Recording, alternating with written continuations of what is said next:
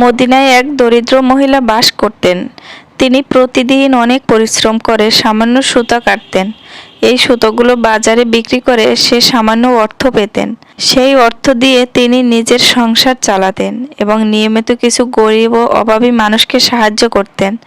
তার উদ্দেশ্য ছিল কেবল আল্লাহর সন্তুষ্টি অর্জন করা। একদিন সেই মহিলাটি অনেক কষ্ট করে তার তৈরি সুতার একটি পুঁটলি নিয়ে বাজারে যাচ্ছিলেন।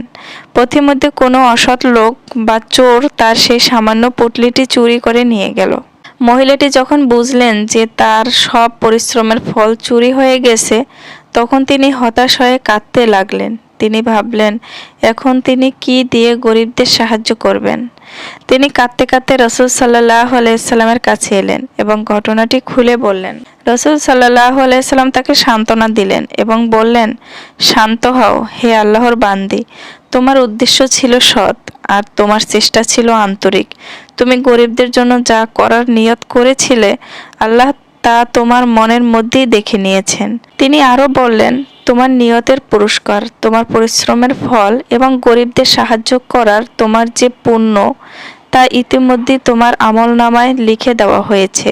চুরি যাওয়ার কারণে তোমার পুণ্য নষ্ট হবে না, বরং তুমি এর জন্য বাড়তি ধৈর্যের পুরস্কার পাবে। মহিলাটি তখন বুঝতে পারলেন যে আল্লাহর কাছে আমাদের কাজ শুরু করার আন্তরিকতা এবং নিয়তই সবচেয়ে গুরুত্বপূর্ণ।